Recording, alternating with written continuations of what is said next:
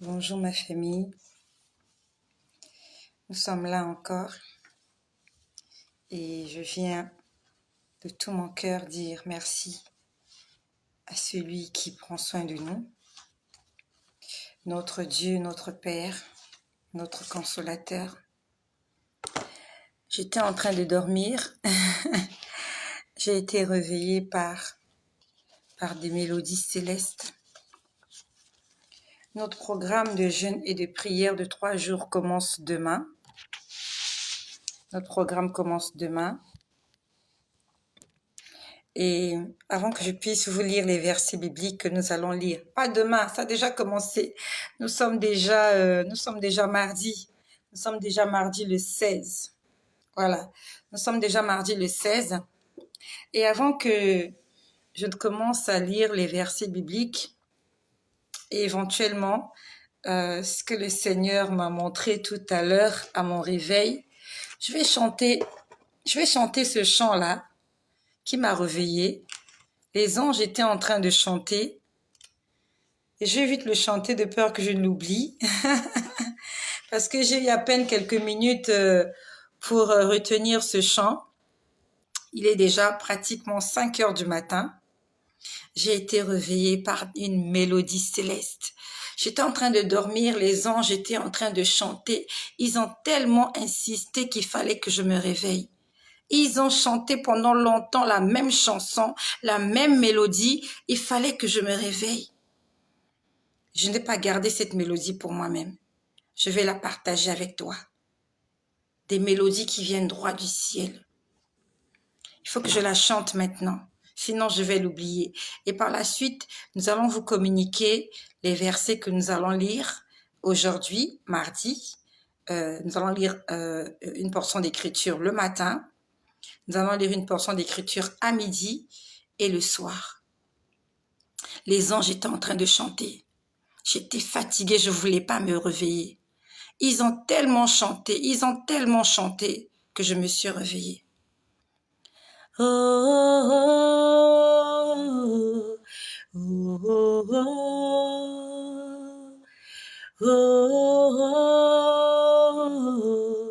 oh. Il n'y avait pas de parole. C'était qu'une mélodie. Oh, oh, oh, oh, oh,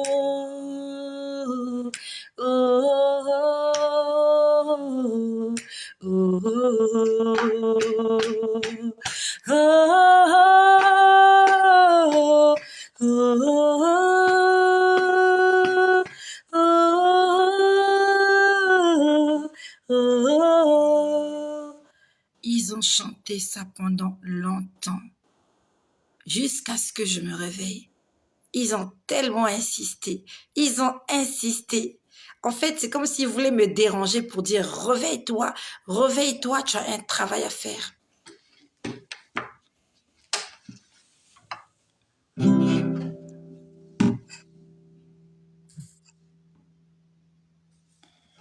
On va le chanter ensemble, ce chant-là.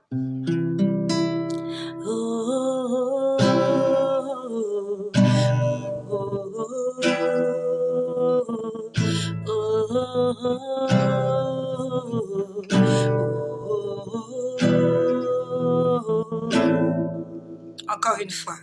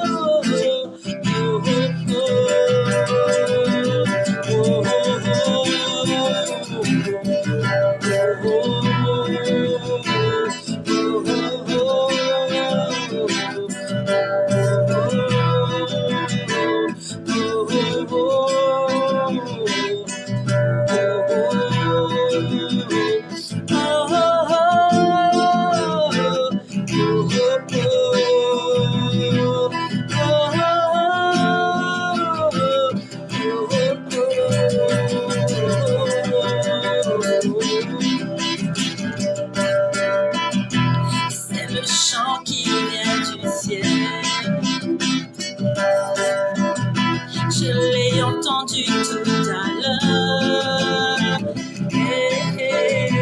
Chanté par les anges du Seigneur. Oh, oh, oh, c'est le chant qui vient du ciel. C'est le chant qui vient du ciel. Oh, je l'ai entendu tout à l'heure. Oh, je l'ai entendu chanter par les anges envoyés du Père. Oh, oh,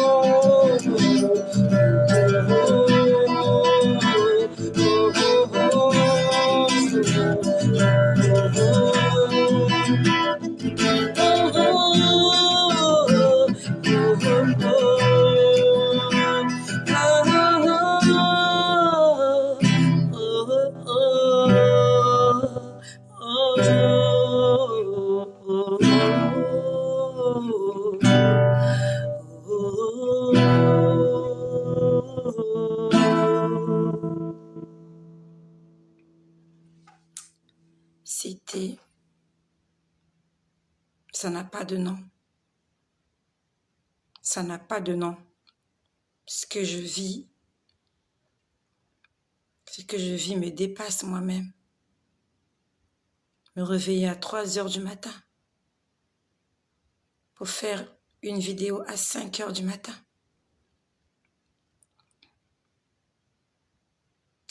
Pendant que l'ennemi, pendant que les sorciers sont en train d'opérer. C'est à ce moment-là que le Seigneur veut qu'on se réveille. Parce qu'il y a un combat. Et nous sommes dans la victoire. Lorsque le Seigneur te réveille la nuit, peut-être que comme moi, tu étais fatigué, tu voulais dormir.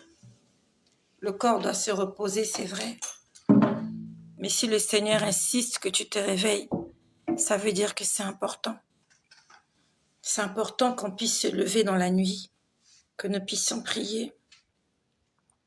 Parce que notre adversaire commun, le diable, il rôde et il cherche qui dévorer. Ils ont chanté cette chanson pendant longtemps. Je ne voulais pas me réveiller. J'étais tellement fatiguée.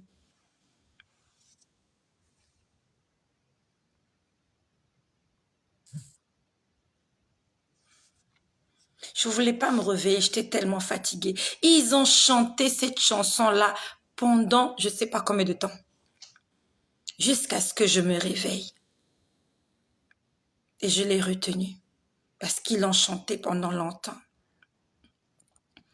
Oh, oh, oh, oh. Il faut chanter pour Dieu. La Bible nous dit que Dieu siège au milieu de la louange de son peuple. Et j'entends les anges chanter tout le temps. Ça veut dire que la présence de Dieu est là. Lorsqu'il y a la louange, Dieu descend dans la louange. Il y a un couloir qui se fraye entre toi et Dieu. Il y a cet escalier-là, comme avait vu Jacob. Il y a un escalier juste au-dessus de ta tête. C'est cette liaison, c'est ce couloir, c'est cette alliance que tu as avec Dieu. Ça s'appelle Bethel. Et dans ce couloir, les anges montent et descendent. Et on peut entendre des mélodies célestes. Il faut être connecté au Père. Si tu veux entendre des mélodies célestes, si tu veux entendre les anges chanter, si tu veux recevoir un message, une parole, tu dois être connecté au Seigneur Jésus-Christ, le Dieu Tout-Puissant. Nous allons commencer notre programme là tout de suite. Nous sommes déjà le mardi 16 août. C'est vrai que l'auditoire n'est pas assez important comme d'habitude, vous l'horaire, Cet horaire est assez inhabituel et je bénis le Seigneur pour ta présence, je bénis le Seigneur pour ta vie. Nous sommes toujours comptés parmi les hommes et les femmes vivantes et soyons reconnaissants au Seigneur pour ce souffle de vie. Que le Seigneur continue de prendre soin de nous, que le Seigneur prenne soin de nos parents, que le Seigneur prenne soin de ma mère, qu'il guérisse ma mère et qu'il guérisse toutes les personnes qui sont malades, que le Seigneur te guérisse, toi qui souffres, que le Seigneur te fasse du bien. Au nom de Jésus, sois guéri au nom de Jésus. Avant de m'endormir, j'étais tellement énervée. De ce que le diable est en train de faire autour de moi, des vies qu'il est en train de détruire. Et j'étais vraiment énervée. J'étais là allongée sur mon lit, j'étais très énervée. Je voulais détruire les œuvres des ténèbres. J'étais en colère. J'étais en colère de ce que le diable est en train de faire. Il est en train de détruire nos vies. Il est en train de détruire le monde. Il est en train de détruire nos familles. Le diable est en train de s'aimer la pagaille partout dans les foyers.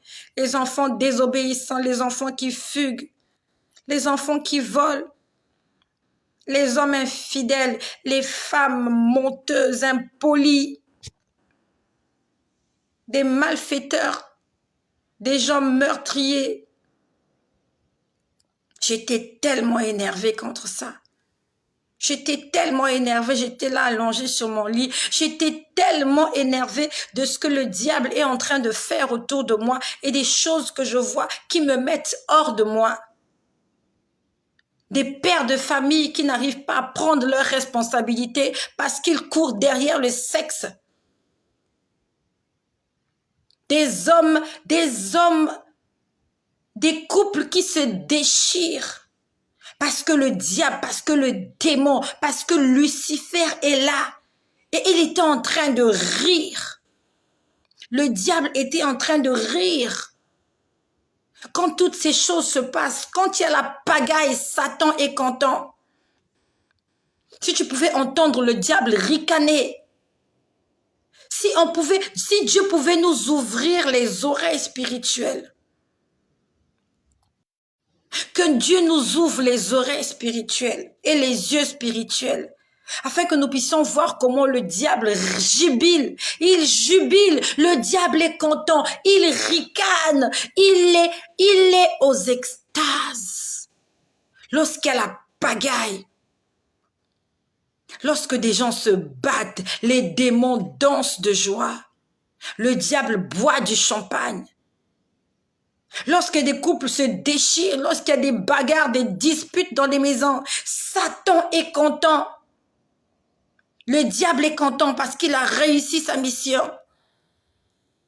Et j'étais énervée de voir tout ça. J'étais énervée.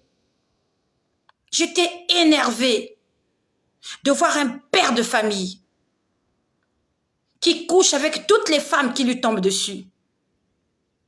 Un père de famille qui va en voyage. Il rentre de voyage. Personne n'est au courant qu'il est rentré de voyage. Au lieu d'aller voir sa femme et ses enfants. Oh, pas sa femme, ses femmes. Au lieu d'aller chez lui. Après un voyage, après un long voyage. Il atterrit dans l'aéroport. Il prend ses bagages. Il va s'installer dans un hôtel. Avec une femme. Pendant qu'il a laissé des femmes avec des enfants. Il a engrossé des femmes. Il va en voyage, il revient. Il va même pas rendre visite à ses enfants. Il va même pas rendre visite à sa mère. Il va droit dans une chambre d'hôtel. Parce que ce qu'il a entre les jambes, il n'arrive pas à le supporter. Et il s'envoie en l'air pendant des jours dans un hôtel avec une femme qu'il a envoûtée. C'est ça ce que le diable veut.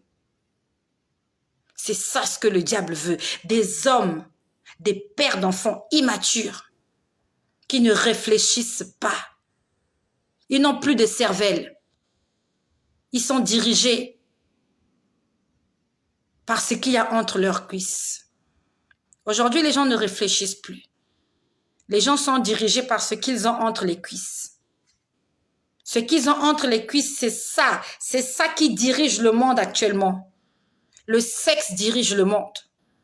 Le plaisir dirige le monde. La convoitise dirige le monde.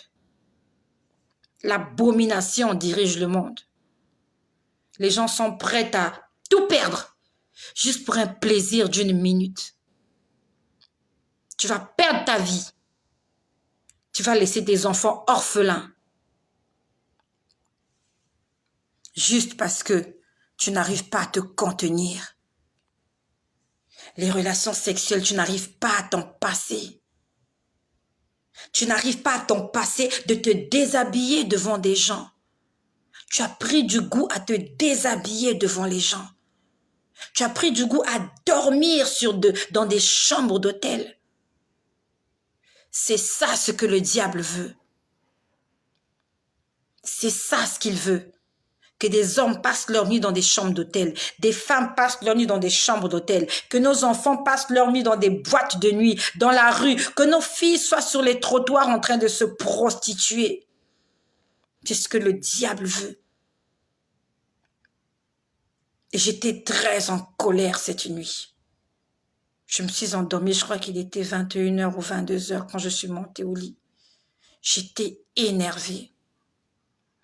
Et sur mon lit, animée d'une saine colère, j'étais en train de tout renverser. J'étais en train de tout détruire. Jusqu'à m'endormir. Il y avait beaucoup de choses à détruire et il fallait du temps. Plus je priais, plus les choses étaient détruites. Sauf que tout n'a pas été détruit. Je pouvais voir des choses se détruire. Je pouvais voir la destruction. Par rapport à mes prières, je pouvais voir des gens qui étaient dans le noir. Au fur et à mesure que je détruisais, je voyais les ténèbres les quitter. Et je pouvais voir ces personnes-là en forme de squelette humaine. C'était des gens squelettiques qui étaient envahis par les ténèbres. J'avais l'impression qu'ils étaient assaillis par des forces obscures. Les forces obscures les avaient embrassés.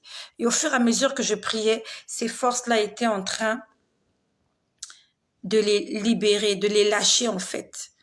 J'étais tellement énervée que j'entendais quelqu'un parler en langue. Et c'est comme si la personne me disait « Répète ce que je dis en langue ».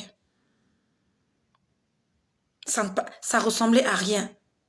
Ça ressemblait à rien. Ce que j'entendais en langue, ça ressemblait à rien. C'était 3 syllabes. 3 syllabes qui se succédaient. Et on me disait, répète ces 3 syllabes-là. Répète ces 3 syllabes-là. Répète ces 3 syllabes-là. Et je voyais les ténèbres se dissiper. Mais sauf qu'il y avait encore les ténèbres.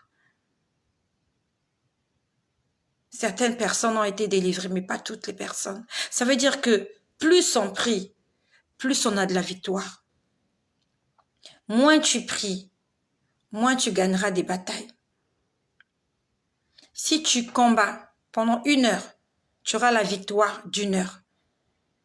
Si tu combats pendant 10 minutes, tu auras la victoire de 10 minutes. Mais si tu pries une journée, je prends l'exemple, ça sera la bataille d'une journée. Donc, je prends l'exemple. Si en 1 minute, tu détruis 10 démons, en 1 heure, tu vas détruire 10 démons. Fois, je sais pas moi, fois combien. Donc, c'est comme si plus tu pries, plus il se passe quelque chose. C'est pour ça que la Bible nous dit prier sans cesse. C'est parce que le combat est permanent. Parce que les gens que tu as délivrés aujourd'hui, demain, ils seront peut-être encore assaillis. Et il faut encore recommencer. Et il faut encore recommencer. Et encore. Et c'est comme ça tous les jours. Jusqu'à la fin de ta vie. On doit se battre. On doit lutter. On doit prier. On doit jeûner. Jusqu'à la fin. Non-stop. Notre combat Tant qu'on est sur terre, cette bataille n'aura pas de fin. Cette bataille n'aura pas de fin. C'est une bataille jusqu'à notre dernier souffle. Le combat est réel. Mais gloire soit rendue à Dieu parce que la victoire est certaine. J'étais très énervée cette nuit. J'étais vraiment énervée. J'avais envie de prendre une chicotte et de chicoter des gens. Pour leur dire, est-ce que vous vous rendez compte de la joie que vous procurez au diable lorsque vous péchez? Le diable était dans la joie. Je voyais les démons être dans la joie. Les démons étaient contents de voir des familles se déchirer, des gens se battre, se disputer, se haïr.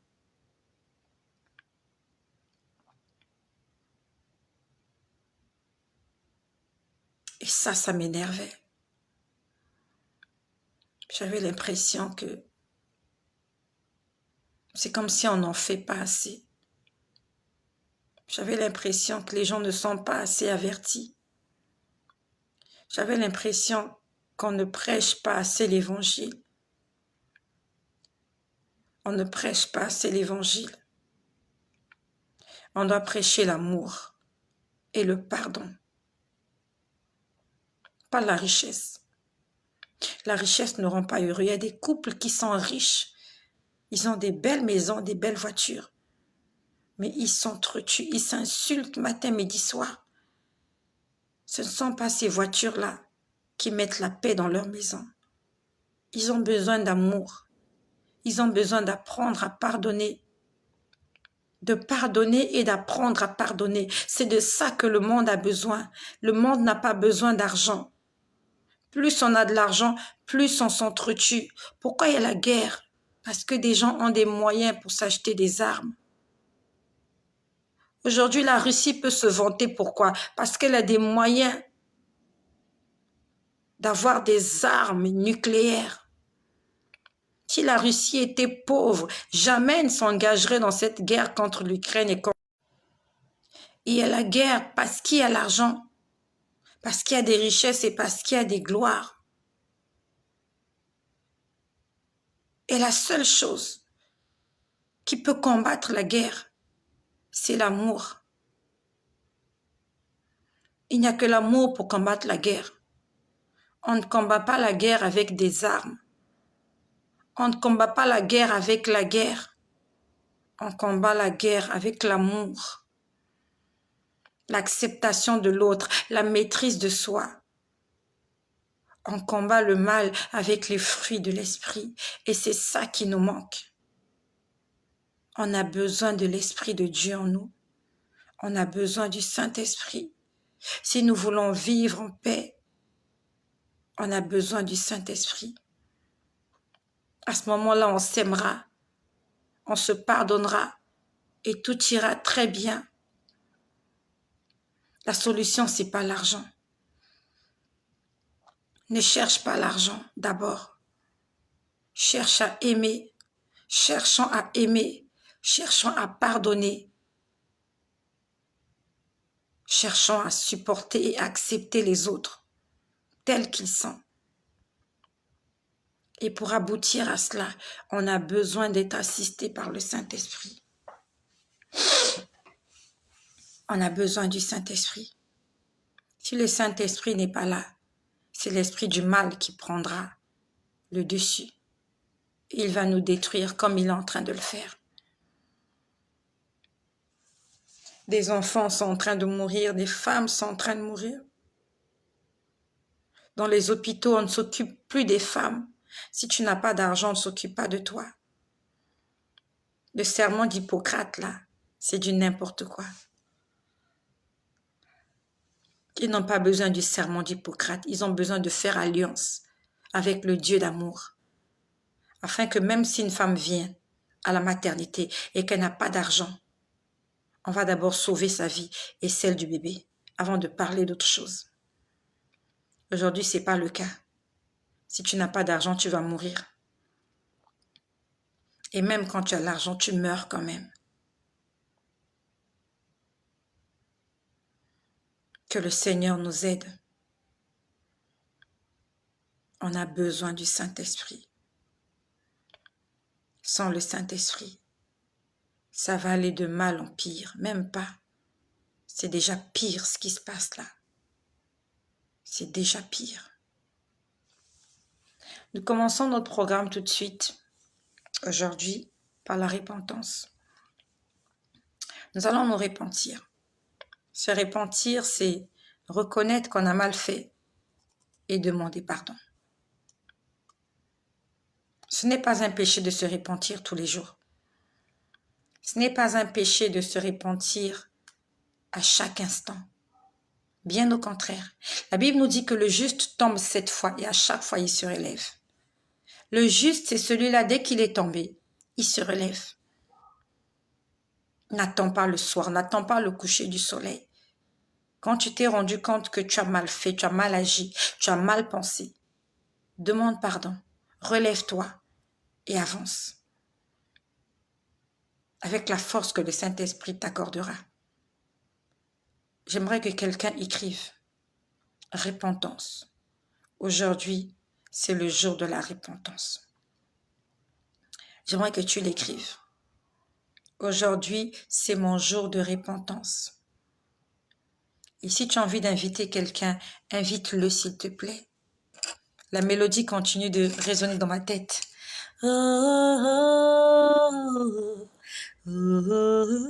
Ça continue de résonner. Aujourd'hui, c'est ma repentance. On va se repentir aujourd'hui. Parce que tous les jours, nous commettons des erreurs. Tous les jours, nous commettons des erreurs. Tous les jours, nous attristons le Saint-Esprit, qui que nous soyons. Tous les jours. Pour une raison ou pour une autre. Aujourd'hui, c'est mon jour de repentance. Tu vas te repentir. Tu vas demander pardon au Seigneur pour tous tes péchés. Tu connais tes péchés.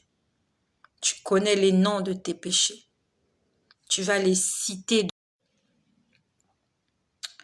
Tu vas citer tes péchés devant Dieu. Et tu vas demander au Seigneur de te pardonner. Pas tu, nous allons le faire.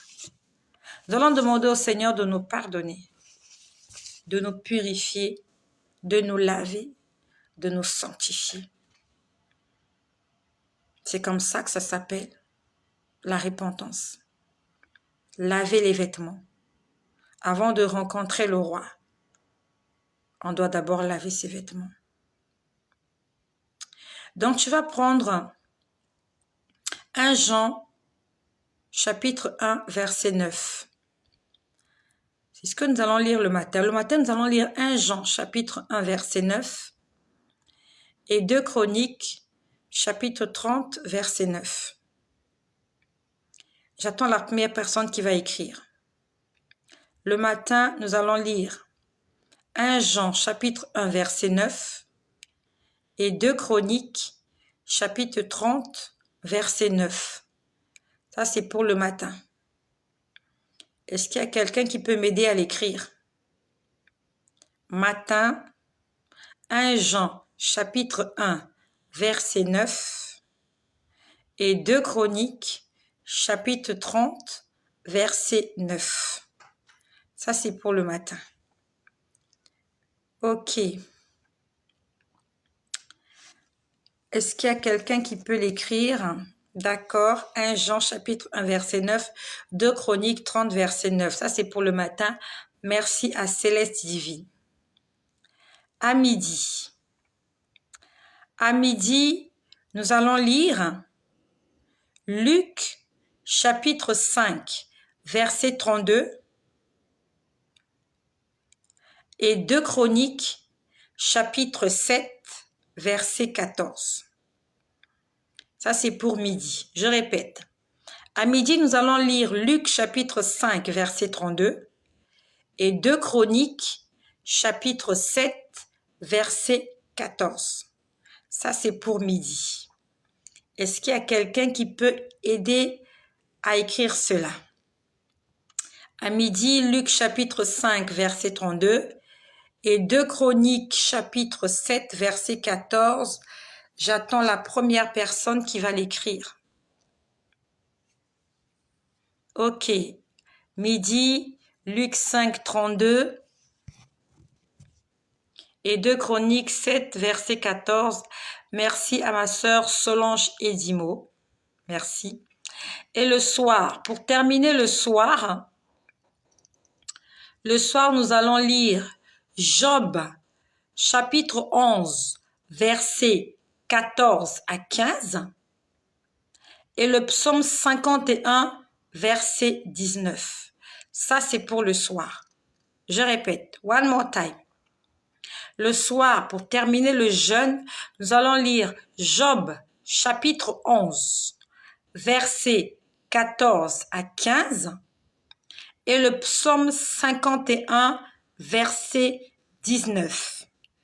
Ça, c'est pour le soir. J'attends la première personne qui va écrire les versets que nous allons lire le soir. Le soir, nous allons lire Job chapitre 11, versets 14 à 15 et le psaume 51, verset 19. J'attends la première personne. Ok. Job 11, versets 14 à 15 et le psaume 51, verset 19. Merci à Céleste Divine, merci à Charlize RC, merci à Solange Edimo.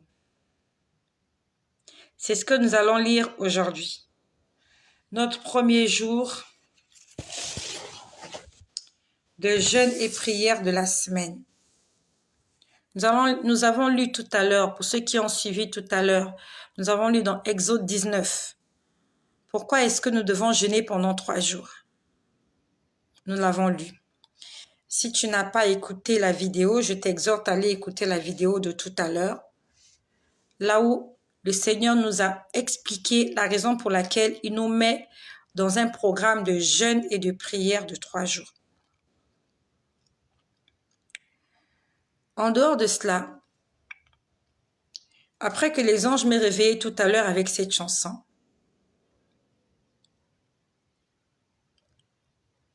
j'ai fait un tour, je suis allée voir les enfants, je suis allée vérifier parce qu'ils faisaient déjà, en fait, je crois qu'il était 1h du matin, quelque chose comme ça, ou peut-être 2h. J'ai fait un tour, je suis allée voir les enfants, j'ai fait un peu de ménage et tout. Et pendant que j'étais là, en fait, en bas, j'ai plusieurs pièces. Et les enfants n'occupent pas toutes les pièces, en fait. Mais toutes les chambres sont ouvertes. Ça veut dire qu'ils font un peu la pagaille partout. En dehors de la chambre où ils dorment, ils vont faire la pagaille dans les autres chambres. Ils font la pagaille dans les autres salles de bain parce que dans chaque chambre, il y a une salle de bain. Ce qui fait que lorsque je fais le ménage, je dois nettoyer toutes les chambres et toutes les salles de bain. Parce qu'ils entrent partout et ils font ce qu'ils veulent partout. Pourquoi ils le font? Parce qu'il n'y a pas de clé aux portes. J'ai égaré les clés qui étaient aux portes. Et les portes sont ouvertes. Donc, ma petite fille là, elle joue partout. Elle entre dans telle chambre, elle joue, elle renverse. Elle va dans l'autre chambre, elle joue, elle renverse. Quand elle veut aller aux toilettes, elle va dans telle toilette, elle fait ce qu'elle a à faire. Quand elle finit là, à midi, elle va dans l'autre toilette et ça va dans tous les sens. Et j'étais là ce soir, je me disais, pourquoi est-ce qu'il faut que je fasse ça tous les soirs? Et ça se passe comme ça. Tous les soirs, quand tu fais un tour, tu dois passer le balai, tu dois nettoyer. Et le Seigneur me dit, c'est ta faute. Il m'a dit, ce serait bien que tu fermes les portes. Les enfants ont accès à ces portes-là, à ces chambres-là, parce qu'il n'y a pas de clé. S'il y avait des clés, j'allais fermer les chambres où il n'y a personne et les laisser se concentrer là où ils sont. À ce moment-là, Au lieu que j'ai plusieurs chambres et plusieurs salles de bain à nettoyer, je n'aurai qu'une chambre à nettoyer, là où ils dorment, et le salon et le petit débarras. Le Seigneur m'a dit, les enfants font la pagaille parce qu'ils ont accès à ces endroits-là. Il a dit, bloque l'accès. Si tu bloques l'accès, tu auras moins de problèmes, tu dépenseras moins d'énergie. Et il m'a dit, c'est ce qui se passe avec vous. Vous donnez accès au diable. Il y a des portes qu'il faut fermer, vous ne les fermez pas. Elles sont ouvertes. Et l'ennemi passe par ces ouvertures-là, il vient faire la pagaille, et vous êtes toujours là en train de refaire la même chose tout le temps. Tu as fait le ménage lundi, tu as fait le ménage mardi, et mercredi, et jusqu'à dimanche, et encore lundi, et tu parles, et tu te fatigues, et tu, alors que la solution est simple. Mets une clé à la porte. Tu auras moins de boulot. Il m'a dit, c'est comme ça avec vous. Vous vous lamentez, vous vous plaignez, alors que c'est vous-même qui avez laissé les portes ouvertes. Et l'ennemi, quand la porte est ouverte, l'ennemi entre. La nature a horreur du vide. Lorsqu'il y a un vide quelque part, quelqu'un il vient par là et il occupe les lieux. Donc vous avez un enfant qui joue dans 3 chambres en une journée. Donc, dans cette chambre, il joue. Il a laissé la pagaille. Il va dans l'autre chambre, il joue. Pendant qu'il joue, il a envie d'aller aux toilettes. Elle va aux toilettes, elle revient. Le soir, elle entre dans l'autre chambre. Elle s'amuse. Elle fait ce qu'elle a envie de faire. Elle saute sur le lit. Elle dérange tout. Elle fait. Quand elle a envie d'aller aux toilettes, elle n'ira pas là où elle dort. Elle va aller dans les toilettes qui se trouvent là où elle est en train de jouer. Après, elle se retrouve au salon. Pendant qu'elle est au salon et suit la télé, elle est en train de jouer avec les nounours. Elle est debout. Elle est là. Elle est là. Donc, un enfant va te faire la pagaille dans toute la maison. Un seul enfant. Il fait la pagaille et là, et là, et là, et là, et là, parce que il a accès à ces endroits. Et les seuls endroits où il ne fera pas la pagaille, c'est là où il n'a pas accès. Le Seigneur m'a dit, il faut fermer les portes. Si tu fermes les portes, tu auras moins de boulot, tu dépenseras moins d'énergie, tu parleras moins, tu te plaindras moins. Mais si toute la maison est ouverte, chacun fait ce qu'il veut, chacun a accès. Je dis, mais c'est normal. Je dois gérer la cuisine, et la salle à manger, et le salon là où ils sont, et les chambres, et toutes les douches. Mais il faut voir. Il faut voir ce qu'ils font. Une seule personne, elle va utiliser les 3 douches. Le matin, elle se lave là, à midi, il se lave là, le soir, il se lave là. Ou bien, pendant que l'un se lave là, l'autre se lave là-bas, l'autre se lave là. Et toi, quand tu passes le soir, tu dois tout nettoyer parce que tu leur as laissé accès à tout. Et pendant que j'étais en train de balayer, le Seigneur m'a dit, ne te plains pas. Il m'a dit, c'est toi qui as autorisé ça. C'est toi la maîtresse de maison. Et si elle a pagaille comme ça chez toi, parce que tu l'as autorisé. Bien sûr, les enfants vont faire la pagaille, mais ça peut être limité dans une certaine zone seulement. Sauf que j'ai élargi leur espace. J'ai élargi leur espace de pagaille. Et ils font la pagaille partout. Quand ils entrent dans une chambre, ils renversent tout. Ils renversent tout. Tous les jouets qu'il y a là, on descend ça, on joue, on dépose. Ça, c'est le matin. Après, ils font un tour dehors. L'après-midi, ils entrent dans une autre chambre. On descend les jouets, on joue, on monte sur le lit, on défait le lit, on froisse, on prend le matelas, on met par terre. Et ça va dans tous les sens. Et moi, le soir, quand je passe, j'ai juste envie de... Dieu m'a dit, ne te plains pas. C'est toi qui as permis ça.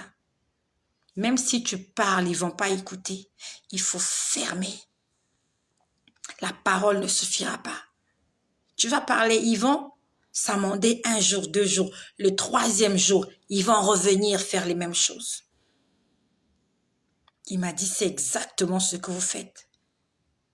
Vous avez des portes que vous avez ouvertes à l'ennemi. Et quand l'ennemi vient, il vient faire la pagaille, vous vous plaignez. Vous faites le ménage. Et quand vous faites le ménage, au lieu de fermer, vous ne fermez pas, vous laissez encore ouvert. Il a dit, quand vous faites le ménage, il faut fermer la porte. Ne donnez plus accès à la personne qui vient faire la pagaille. Ça ne sert à rien de se repentir s'il faut que demain qu'on puisse refaire les mêmes choses.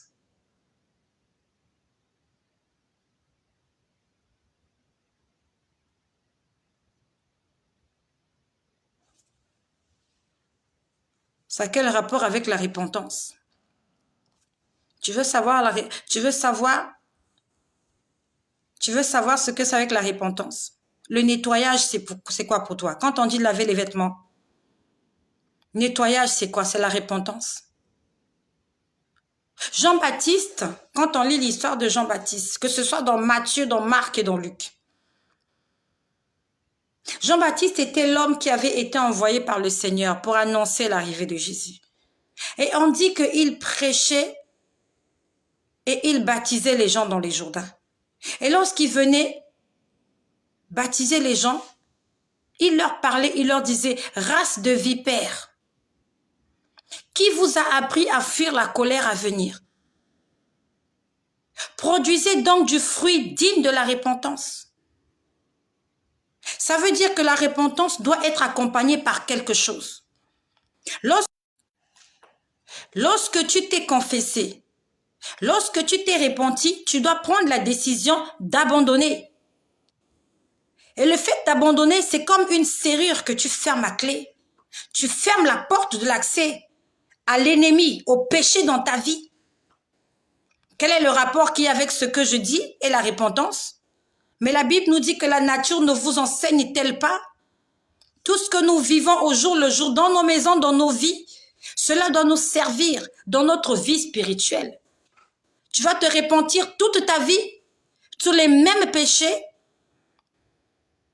Dans le livre de Proverbes 28, il est écrit, celui qui confesse ses péchés et qui les délaisse obtient miséricorde. Tu demandes pardon et tu prends la décision d'arrêter. Tu obtiens le pardon de tes péchés. Ça veut dire que le poids qu'il y avait sur toi là, le poids il diminue. C'est pareil avec le ménage que je fais chez moi. Moins il y a d'accès, moins il y a de portes ouvertes, mieux je me porte, mieux je me sens. Mais s'il y a trop d'accès, je passerai toute ma vie à me lamenter et ça sera la faute de qui? Que le Seigneur nous donne l'intelligence et la sagesse afin d'avoir un discernement spirituel et non physique. Ne réfléchissons pas comme des êtres humains, réfléchissons comme des êtres spirituels. Que le Seigneur nous donne la compréhension spirituelle des choses spirituelles. Ce que j'ai à dire, ce que je dis, va de pair avec la repentance. Parce que le fait que je me lamente tout le temps, je murmure, je hurle, je gronde sur les enfants, c'est un péché à répétition. Et c'est moi qui encourage ça. C'est moi qui donne accès. Si tous les jours, il faut que je leur fasse la remarque sur les mêmes choses, mais c'est parce que je leur ai donné accès. Mais si je ferme les accès, il y aura moins de choses à dire. Donc, j'ai fini. Le Seigneur m'a enseigné par rapport à ce ménage-là. Et je crois que je vais le faire. Je vais chercher un menuisier pour venir changer les serrures. Je vais mettre des clés à ces portes-là et je vais les condamner. Au moins, je ferai le ménage une fois par semaine ou bien 2 fois, mais pas tous les jours comme aujourd'hui. Ça va m'alléger la tâche. Je serai vraiment à l'aise lorsque les portes de ces chambres-là seront fermées. Parce que vraiment, c'est la pagaille. Et le Seigneur m'a enseigné ce soir. Puis, je suis montée dans ma chambre La lumière était éteinte comme tout le temps d'ailleurs.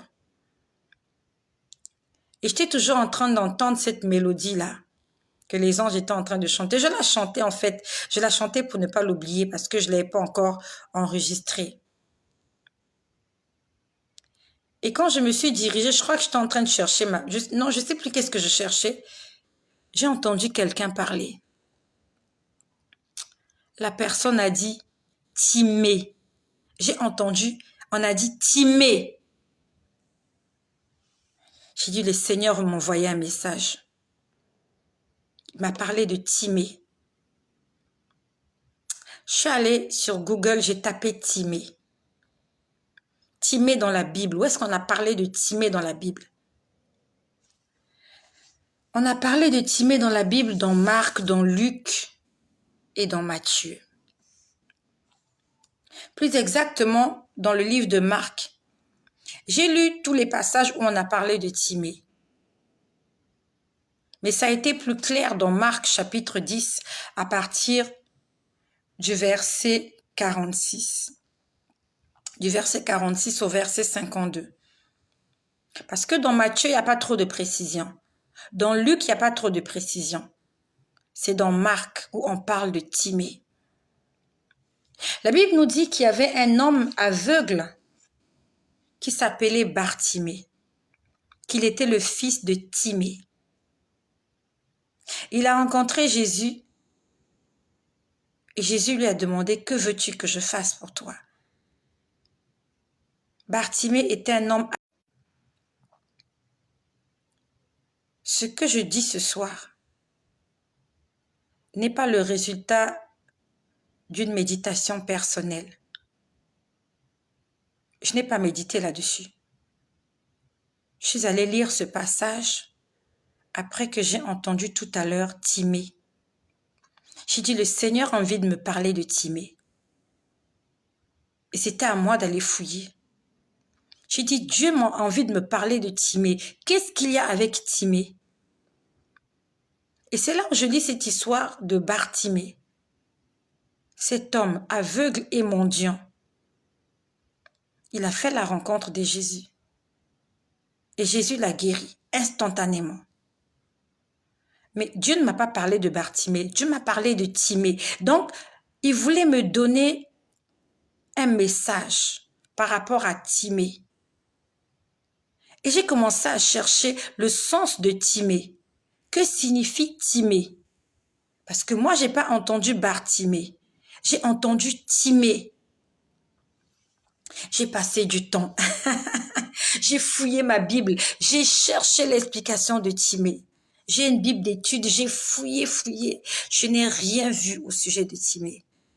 Je suis allée sur Google. J'ai tapé Timée. Que signifie Timée? Timée est un nom grec.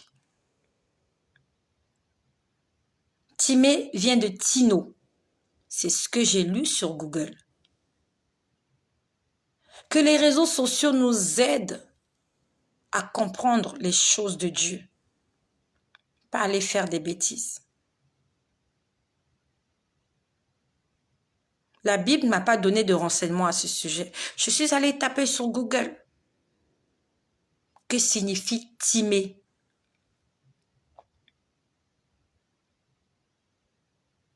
Timée s'écrit T-I-M-E accent aigu E. Lorsque je suis allée voir sur Google ce que signifie Timée,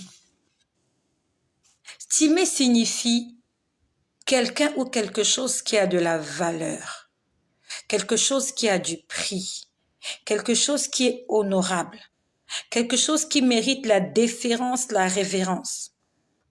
Timée signifie quelque chose qui a en fait un mérite. Timée signifie honnêteté, dignité. Sauf que Bartimée n'était pas dans cette lignée-là. Quand on le voyait, il n'avait aucune valeur. Il n'avait aucun prix. Il n'avait aucun honneur. Il ne méritait ni la révérence, ni la déférence. En fait, c'était un aveugle. et un mendiant. Alors que le nom de son père allait à l'encontre de ce qu'il vivait. Normalement, vu le nom de son père, il ne devait pas se retrouver dans cette situation. Et c'est incroyable. Pourquoi est-ce qu'on a parlé de son père? Rarement dans la Bible, on a parlé et du père et de l'enfant. Et c'est le seul passage de la Bible où on parle de Bartimée, fils de Timée. Ça veut dire que si on parle de son père, ça veut dire que son père était un homme de distinction. On ne parle pas de quelqu'un qu'on ne connaît pas. Si on a parlé de Timée, ça veut dire que cet homme-là était connu. Parce que quand tu n'es pas connu, on ne parle pas de toi. Quand tu es né dans une famille qui n'a pas de nom, honnêtement, personne ne fait attention à toi. Mais quand ton père avait un nom, tu peux brandir ce nom-là pour revendiquer quelque chose. Quand ton père a été chef de l'État, quand ton père a été un gouverneur, ce nom-là peut être un passeport pour toi. Et tu peux brandir ce nom-là en cas de difficulté. Donc si on parle de Timée, ça veut dire que Timée était une référence. Sauf que son enfant était non seulement aveugle, mais il était mendiant. Comment le fils d'un honorable, comment le fils d'un homme honnête et digne peut se retrouver mendiant dans la rue? Ça peut arriver de mettre au monde un enfant aveugle. Ça arrive, il y a des enfants qui sont nés aveugles. Ou même suite à une maladie, voilà comment il finit sa vie atteint de cécité. Ça arrive. Mais au point d'aller mendier, ça veut dire que vraiment, ils étaient en manque dans leur maison. Et j'ai entendu Timée. Le Seigneur veut faire de nous des Timées. Des gens qui ont de la valeur. Non pas qu'il veut faire, nous sommes des Timées. Nous avons de la valeur, nous avons du prix. Nous sommes des gens honorables. Nous méritons la déférence, la révérence. Nous avons du mérite. Nous sommes des gens dignes. Mais est-ce que nous reflétons cela? Est-ce que nous reflétons toutes ces choses-là qui ont été dictées? Ou bien nous sommes comme Bartimée? Au lieu d'être applaudis dans les rues, au lieu d'être honorés, nous sommes aveugles et mendiants. On ne voit rien, on ne comprend rien. On écoute juste et on est obligé de demander aux gens qu'est-ce qui se passe. Parce qu'on est aveugle. Non seulement on est aveugle, on dépend des autres parce qu'on doit mendier notre pain. Et on doit manger notre pain parce que chez nous, à la maison, il n'y a pas de conditions réunies. Ou même pire, il y a peut-être les conditions réunies. Mais peut-être que notre Père nous a régnés parce qu'on est aveugle. Il y a sûrement quelque chose qui se passe. Pourquoi on se retrouve dans la rue? Si nous sommes des gens honorables, si nous sommes dans la lignée de ceux qui doivent mériter quelque chose, pourquoi nous, on ne le mérite pas? Pourquoi nous sommes comme Bartimée? À telle enseigne que lorsqu'on crie, les gens autour de nous nous disent « tais-toi ». Parce que c'est ce qui s'est passé. Jésus était en train de passer. Bartimée était en train d'appeler Jésus. Les gens lui disaient « tais-toi ». Pourtant, il avait besoin d'un miracle. Qu'avait-il fait de mauvais? Tout le monde appelait Jésus. Tout le monde avait besoin de Jésus. Et vous voyez un homme là aveugle, mendiant. Il a juste besoin qu'on lui vienne en aide. Et au lieu de l'aider, de l'amener vers le maître, vous lui dites encore « tais-toi ». La seule chose qu'il a, c'est sa bouche pour parler. Il ne sait pas où est Jésus. Il n'a jamais vu Jésus. Il a juste entendu parler de Jésus. Et en dehors de ça, on lui dit encore « tais-toi ». C'est comme pour lui dire « tu dois rester dans cette situation-là. Tu es aveugle, tu es mendiant et tu resteras là. » Aujourd'hui, nous allons revendiquer nos droits. Ce que je dis, je ne l'ai pas préparé. Je l'ai entendu là tout à l'heure, j'ai entendu Timée. J'ai dit, Dieu a envie de m'envoyer un message. Il veut me parler de Timée. Je suis allée fouiller, je me suis dit, qu'est-ce que Timée a fait et quelle est son histoire? On n'a rien dit au sujet de Timée, juste qu'il était le père de Bartimée. Je suis allée fouiller. Que signifie Timée? Nous sommes des Timées. Nous devons revendiquer nos droits. Et nous allons le faire ce soir. Je ne sais pas quelle heure il est chez toi. Nous allons le faire ce matin. Chez moi, bientôt, ce sera 6 heures du matin. On va appeler le fils de David. On va appeler le fils de Dieu. On va lui dire, aie pitié de moi. Parce que je ne suis pas à la place que je mérite. Et lorsque j'étais en train d'entendre les anges chanter tout à l'heure, ils ont chanté pendant longtemps. Je voulais vraiment pas me réveiller. J'étais vraiment en train de dormir. Et pendant que j'étais là, allongée, le réveil était très long. J'ai vraiment pris du temps pour me réveiller. Non, pour me lever, voilà. J'étais réveillée, mais j'avais les yeux lourds, j'avais les paupières lourdes. Le démarrage était très long. Et on était en train de me présenter un acte notarial. J'étais éveillée. Comment je peux dire? J'étais réveillée, mais pas éveillée. C'est comme ça qu'on dit? Je sais pas, mais bon. J'étais déjà réveillée. Je m'étais réveillée, mais j'avais les yeux fermés parce que j'étais fatiguée.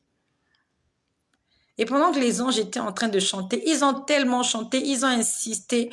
En fait, ça m'avait déjà réveillée, sauf qu'il fallait que je quitte le lit. Et c'est ça qui était très long. On me montrait un acte notarial, un acte signé par le notaire. Et on me disait, tu as la permission de continuer à faire ce que tu es en train de faire.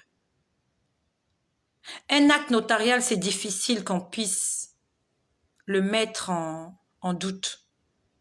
Parce que le notaire, il a un pouvoir. Lorsque le notaire a signé un papier, ce papier-là a de la valeur. Et il est rarement discutable. Un acte notarial est rarement discutable. Lorsque tu as fait, tu as montré une entreprise et que ça a été validé par le notaire, en fait, ce que tu fais a de la valeur. C'est reconnu. Juridiquement, c'est reconnu. Et on était en train de me montrer un acte signé par le notaire. On me disait, tu as le droit. On me disait, tu as le droit. Continue de le faire. Et vraiment, ça m'a pris du temps pour comprendre ça. On insistait. On me montrait un papier. C'était un papier avec 3 feuilles, je crois. C'était un acte notarial. On me le tendait, on me disait, tu as, comment je peux dire? Tu as mandat, voilà. Tu as le mandat de continuer ce que tu as commencé. On me disait, continue. Tu as le mandat. L'acte notarial est là. Tu as la validation. Et ce qui m'a fait sauter du lit,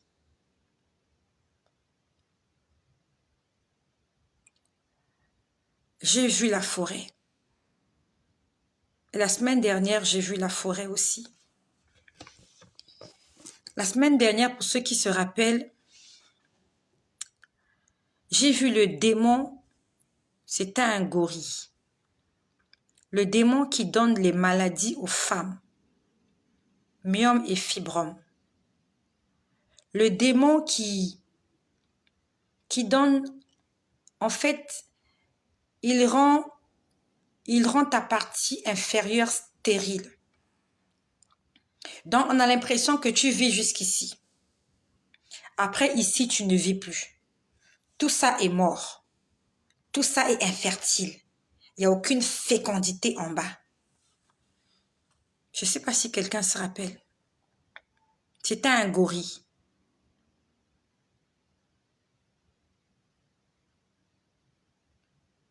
C'était un gorille. Je l'ai vu la semaine dernière. Il était dans la forêt. Il marchait avec ses deux mains de devant. Il marchait avec ses deux mains. Il n'avait pas quatre pattes. Il se déplaçait avec les deux mains parce que cette partie-là, il n'avait pas. Et avec ses deux mains-là, il détruisait des arbres. Il renversait, il faisait la pagaille. Je ne sais pas s'il y a quelqu'un qui se rappelle. Et ce jour-là, le Seigneur m'a demandé de prier pour ceux qui ont des myomes, des fibromes, pour ceux qui ont la prostate, pour tous ceux qui ont des problèmes au niveau de...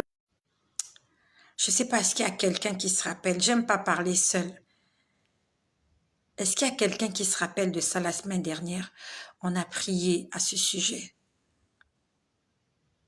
On a chassé ce gorille-là. En fait, c'est un esprit qui vit dans la forêt. C'est vrai que l'auditoire n'est pas assez important, mais bon, je sais que ceux qui vont écouter la vidéo vont se rappeler. La semaine dernière, on a prié à ce sujet, au sujet d'un gorille coupé en deux, mais qui continuait de vivre, malgré le fait qu'il n'avait pas les membres inférieurs. Toute la partie inférieure n'existait pas.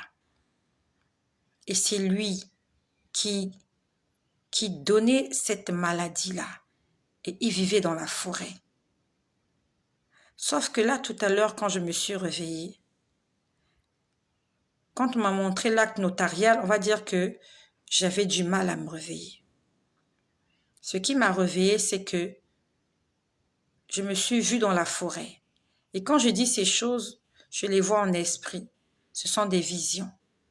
C'est comme un écran géant en face de moi. J'ai vu la même forêt.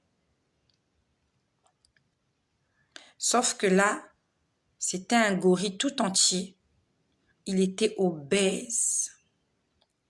Il était obèse, il était énorme, il était géant, ce gorille. Il était assis, il me regardait et il était en train de respirer.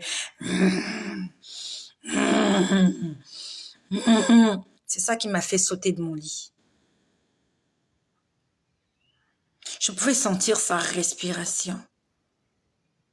Je voyais la forêt autour de moi. Et il y avait ce gigantesque, cet énorme gorille obèse. Quand je dis qu'il est obèse, il est gras. Il me regardait, il était assis, il me regardait. Je sentais son souffle, le souffle de ses narines, je sentais ça sur moi. C'est ça qui m'a fait sortir du lit. Il était assis en face de moi. J'étais là allongée, en train de prendre du temps pour me réveiller. Il me regardait. Je ne sais pas si tu as déjà vu un gorille. Celui-là, il était énorme. Il était assis. Il avait de la graisse. Je me demande même s'il marche. Je ne sais pas s'il marche. Parce que, vu son poids, je pouvais sentir l'obésité de ce gorille-là. Je me suis posé la question, est-ce qu'il peut se déplacer? Est-ce qu'il peut se déplacer avec son poids? Il respirait.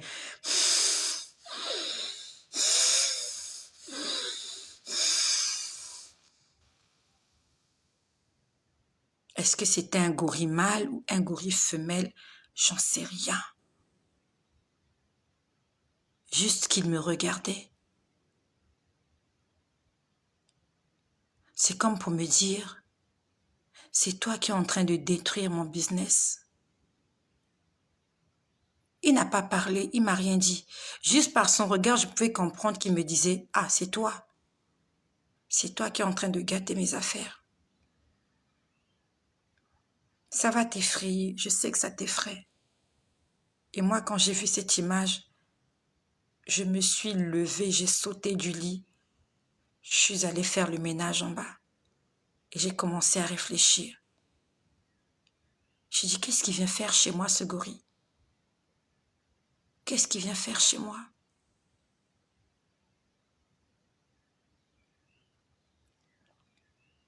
Tu n'as aucune idée de ce qui t'entoure quand tu dors. Pendant que tu dors, tu n'as aucune idée de qui te regarde. Des yeux qui sont braqués sur toi. Des ennemis qui sont là. Raison pour laquelle, quand tu te réveilles le matin, dis merci. Parce que toutes ces choses-là qui t'ont observé toute la nuit, Dieu ne leur a pas permis de te faire du mal. L'ange de l'Éternel veille, oui. Satan aussi rôde. Satan aussi rôde. Avant que je le voie, les anges chantaient. J'entendais les anges chanter. Les anges chantaient, ça veut dire qu'ils étaient là. Ils m'ont donné l'acte notarial pour me dire continue. Mais il y avait un gorille qui était là et qui me regardait pour me dire, j'ai entendu parler de toi. Ah, c'est toi.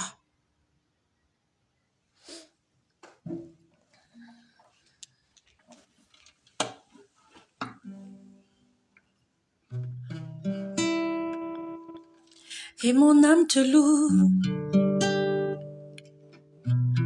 et mon âme t'adore, et mon âme te loue, car nul n'est comme toi. C'est un chant nouveau qui monte dans mon cœur, un cantique d'amour pour mon seul sauveur. Il m'a pris de loin et il m'a lavé, il m'a restauré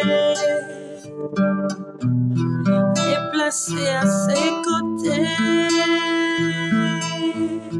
Je n'ai plus peur de rien, je ne crains plus rien, car le bon berger est de mon côté. Même les ténèbres n'ont plus aucun pouvoir sur moi, car la clé de la mort, c'est mon maître qui la tient. Quand il me tient la main, n'enfonçons-moi dans l'armée de l'ennemi. Et le grand Goliath se retrouve par terre. Lui seul me suffit, lui seul est tout pour moi. Quand je ne sais comment le dire, je me mets à chanter. L'Éternel est bon, l'Éternel est bon, l'Éternel est bon, il est bon pour moi. L'Éternel est bon, l'Éternel, oh, tu es bon, tu es bon, tu es bon pour moi.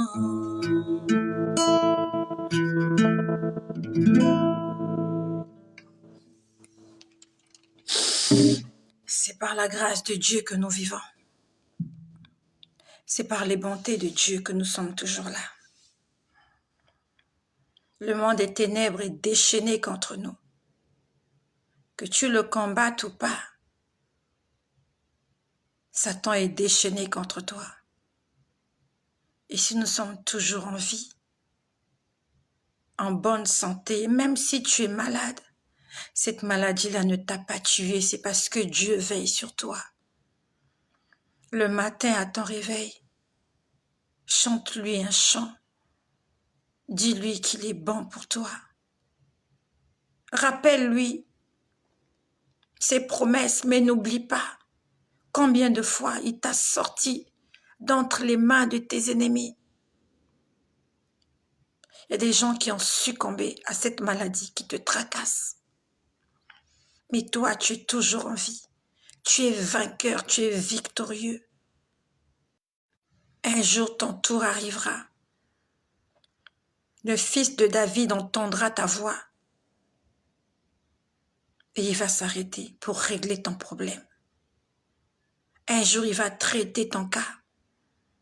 Même si les gens te demandent de te taire, ne te tais pas, continue de prier. Bartimée avait crié pendant longtemps. Il y avait une foule innombrable autour de Jésus. Les gens étaient en train de faire tout et n'importe quoi. D'autres riaient, d'autres criaient, d'autres faisaient des choses. Mais il a entendu la voix de Bartimée parce que Bartimée avait crié très fort et avec insistance. Si Bartimée n'avait crié qu'une seule fois, Jésus n'aurait pas écouté parce qu'il y avait trop de bruit. Bartimée a insisté. Il a insisté jusqu'à ce que le Fils de Dieu s'arrête pour régler son cas. Et ce matin, nous allons l'appeler. Fils de David, Jésus-Christ, aie pitié de moi. Aie pitié de moi, je ne suis pas à la place où je devais être. Je suis une personne de valeur. J'ai du prix à tes yeux. Seigneur Jésus-Christ, je mérite la révérence, la déférence. Seigneur, je suis digne d'être appelé ton enfant, mais pourquoi je ne le vis pas? Seigneur, viens résoudre mon problème aujourd'hui. Et comme Bartimée, ne t'arrête pas de crier. Le diable va essayer de t'étouffer avec tout ce que tu vis. Il va t'envoyer des flèches, des maladies, des problèmes pour que tu arrêtes de prier, pour que tu arrêtes de crier. Toi, tu continues de invoquer le nom de Jésus. Et Jésus va s'arrêter pour régler ton problème. S'il nous a parlé de Timée ce soir, c'est parce qu'il veut qu'on puisse revendiquer quelque chose. On n'est pas là où on devrait être. On n'a pas le droit d'être aveugle et mendiant. On doit être à la table d'honneur parce que nous avons du prix, parce que nous sommes des personnes de valeur. Et tu vas l'appeler ce matin. Je ne sais pas quelle heure il est chez toi. Est-ce que c'est le matin? Est-ce que c'est le soir? Je n'en sais rien. Mais tu vas appeler Jésus-Christ au secours aujourd'hui. Tu vas lui dire, Seigneur, aie pitié de moi. Aie pitié de moi. J'étais en train de réfléchir au sujet de Sogori. Je me suis dit, mais qu'est-ce qu'il me veut? J'ai entendu une voix qui m'a dit, c'est parce que tu les déranges. Lorsque tu fais la fête chez toi et que le voisin fait irruption en colère, ça veut dire que toi, ta fête le dérange. Lorsqu'il y a des cris de joie chez toi et que le voisin vienne avec une matraque ou avec une machette pour que tu arrêtes de faire la fête, que tu arrêtes la musique, c'est parce que tu déranges le voisin. Si quelqu'un vient en colère contre toi, c'est parce que tu le déranges. Et j'ai entendu une voix qui me dit, mais tu les déranges. Raison pour laquelle ils sont en colère contre toi. Et si je les dérange, c'est parce que ce que je fais, ça marche. Tu es sorti de la forêt. Là où ils t'avaient enchaîné, là où ils t'avaient emprisonné, là où ils avaient gardé tes trompes. l'origine de tes myomes, de tes fibromes. Le Seigneur t'a délivré. Là où tu étais, tu n'es plus là. Raison pour laquelle ils viennent à la source. Qui a osé? Qui a fait? C'est Estelle. C'est qui Estelle? C'est celle qui prêche sur les réseaux sociaux. On va atterrir chez elle. Je t'ai dit la semaine dernière comment j'ai prié pour quelqu'un. Une personne qui était malade, qui souffrait d'étouffement. Pendant que j'insistais, je priais sur WhatsApp. J'insistais. Le démon a quitté cette ville-là. Est venu dans ma chambre. Pour me regarder. Parce que je l'avais délogé de là où il était. Alors que moi, je l'envoyais dans les lieux arides, il est venu chez moi. C'est parce qu'ils sont dérangés qu'ils ont braqué les yeux sur moi. Mais je continuerai de faire ce travail. Parce que jusqu'à présent, Dieu ne leur a pas permis de toucher à aucun de mes cheveux. Je fais ce travail avec beaucoup de risques, mais avec beaucoup de quiétude aussi. Parce que je sais que cette mission n'est pas la mienne. Celui qui m'a donné cette mission, il va veiller sur moi. Il va m'accompagner. Il va me conduire. Il va m'assister. Il va me protéger. Parce que c'est lui qui m'a choisi.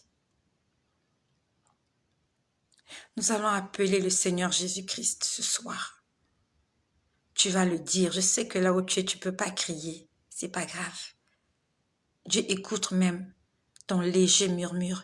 Même lorsque tu parles dans ton cœur, Dieu écoute. Si tu peux crier comme Bartimée, tu vas crier. Si tu peux pas crier, c'est pas grave. Il a dit invoque-moi, je te répondrai. Il n'a pas dit crie, il a juste dit invoque-moi. Invoquer, ça veut dire appeler quelqu'un à l'aide. Demander de l'aide de quelqu'un. Demander le secours de quelqu'un. C'est ça, invoquer. Tu demandes avec persistance. Tu lui demandes de l'aide, du secours. Tu lui envoies un SOS. Et tu persistes. C'est ça, invoquer. Et nous allons invoquer le Fils de Dieu, Jésus-Christ, qui est mort à la croix pour nous. Nous allons lui dire, Seigneur, aie pitié de moi. Seigneur, aie pitié de moi. Et quand il viendra, il te posera la question qu'il a posée à Bartimée. Il te dira, que veux-tu que je te fasse? Qu'est-ce que tu veux que Jésus fasse pour toi aujourd'hui? Parce que lorsque tu vas l'appeler avec insistance, il viendra. Mais qu'est-ce que tu veux qu'il fasse pour lui? Qu'est-ce que tu veux qu'il fasse pour toi? Appelle-le. On va l'appeler ce soir. Seigneur Jésus, c'est en ton nom que j'ai parlé aujourd'hui. Tu m'as parlé de Timée tout à l'heure. Et tu m'as poussé d'aller lire cette histoire. Et tu nous as enseigné. Seigneur, nous venons ce matin reconnaître que tu es Dieu et que tu écoutes nos prières. Et ce soir, nous venons une fois de plus invoquer ton nom parce que tu n'es pas menteur. Tu as dit dans ta parole que ta main n'est pas trop courte pour nous secourir. Tu as dit dans ta parole que ton oreille n'est pas trop dure pour nous écouter. Mais ce sont nos fautes, ce sont nos péchés qui mettent une séparation, qui mettent un mur entre toi et nous. Et nous venons nous repentir ce soir. Nous venons te demander pardon pour toutes les barrières que nous avons mises entre toi et nous. Tout ce qui t'empêche de nous écouter, de nous regarder. Seigneur, pardonne-nous. Pardonne nos enfants, pardonne nos maisons, pardonne nos quartiers, pardonne nos cités, nos villes, pardonne nos pays, pardonne le monde entier, Seigneur. Et nous venons t'appeler au secours. Ô Fils de David, aie pitié de nous. Fils de David, aie pitié de nous. Fils de David, aie pitié de nous. Aie pitié de nous, Seigneur. Seigneur, je veux que cette parole soit accompagnée par des signes, par des prodiges, par des miracles. Tu as dit que tu veilles sur la parole de tes serviteurs afin de l'accomplir. Seigneur, que la parole qui s'est faite chair se fasse encore chair aujourd'hui. Que cette parole qui est sortie pour nous fortifier, qu'elle devienne chair, palpable dans notre vie. Seigneur, toi qui par ta parole appelles à l'existence les choses. Seigneur, toi qui par ta parole, Seigneur, toi qui par ta parole, Seigneur, toi qui par ta parole appelles à l'existence les choses qui n'existent pas. Seigneur, je prie que cette parole, que toutes les paroles que nous entendons, qui viennent de toi, appellent à l'existence toutes les choses qui n'existent pas dans notre vie, mais que tu avais déjà préparées d'avance pour nous. Seigneur, que ces choses-là soient palpables, soient visibles dans nos vies, Seigneur. Que ta parole apporte quelque chose de positif en chacun d'entre nous. Et que le témoignage soit rendu de ce que toi tu fais dans nos vies. Ô Fils de David, aie pitié de nous. Seigneur, délivre-nous, guéris-nous, bénis-nous, sauve-nous, restaure-nous, fortifie-nous, Seigneur. Nous avons besoin de toi. Nous sommes aveugles, nous sommes pauvres, nous sommes nus. Seigneur, viens nous habiller, viens nous revêtir de ce vêtement de gloire que tu as préparé pour chacun d'entre nous. Fils de David, aie pitié de chaque personne qui t'appelle au secours. Tu connais Marie Franqueur, tu connais Solange Edimo, tu connais Bella Justine, tu connais Suzanne Monin. Seigneur, aie pitié. Seigneur, aie pitié de mes sœurs qui sont là. Seigneur, tu connais Charlize RC, tu connais Alino Abave. Seigneur, aie pitié de tes enfants. Nous t'appelons ce matin. Viens au secours. Nous avons besoin de toi. Seigneur, tu connais Linda. Seigneur, tu connais ses problèmes. Seigneur, Fils de David, tu connais Ruche, Seigneur. Aie pitié de tes enfants. Nous avons besoin de toi. Tu connais Angèle Tito. Seigneur, nous avons soif. Nous avons besoin de toi. Tu connais Natacha Kwaku. Seigneur Jésus-Christ, manifeste-toi dans sa vie. Éternel Dieu, nous chassons, nous réprimandons l'esprit malin dans la vie de Obirita. Seigneur Jésus-Christ, dans la vie de Mabonon Photo. Seigneur éternel, tu connais tes enfants. Ils sont là, ils ont besoin de toi. Tu connais Alfernance Bakar, tu connais Alice. Seigneur, aie pitié de Solange. Manifeste-toi, Seigneur éternel. Que l'ennemi ait honte. Seigneur, tu connais Virginie Sateux. Seigneur éternel Dieu, agis dans la vie de Doris, Seigneur éternel. Agis puissamment. Nous lions l'esprit des myomes. Nous lions les fibromes. Nous lions la prostate. Nous lions le cancer. Seigneur, l'esprit de blocage, l'esprit de limitation. Éternel Dieu, dans nos vies, dans nos maisons, dans nos foyers, dans la vie de nos enfants. Seigneur, Fils de David, aie pitié de nous. Nous t'en supplions dans la vie de Justine. Seigneur, Bella Justine Solange. Seigneur, aie pitié, aie pitié. Tu connais Marie Franqueur. Seigneur éternel, nous lions tout esprit de maladie, de leucémie dans la vie de tes enfants. Tu connais éternel, mon Dieu, mon roi, Mabonon Photo. Seigneur éternel Jésus, Fils de David, aie pitié de nous. Nous avons besoin de toi, Seigneur. Tu connais Elodie Nad. Seigneur, nous avons besoin de toi. Seigneur, tu connais Ruche. Seigneur, nous avons besoin de toi. Tu connais Madly Désiré. Tu connais Rayon du Soleil. Tu connais Rufin Patnelli. Tu connais Aristide Alapigny. Tu connais Marcel de Leslie. Tu connais Elena Boukat. Seigneur Jésus-Christ. Oh Yahvé, tu connais Dexi Maman Ako. Seigneur, tu connais Laetitia. Tu connais toutes ces personnes-là qui sont là. Tu connais Papa Kouka. Seigneur, tu connais tous les frères, toutes les sœurs que tu m'as données, Seigneur, sur les réseaux sociaux. Seigneur, manifeste-toi. Manifeste-toi, Seigneur. Tu connais mon frère Jean qui est là. Tu connais Brigitte qui est là. Fils de David, nous t'appelons au secours aujourd'hui. Nous avons besoin de ton secours. Nous avons besoin de ton secours, Seigneur. Tu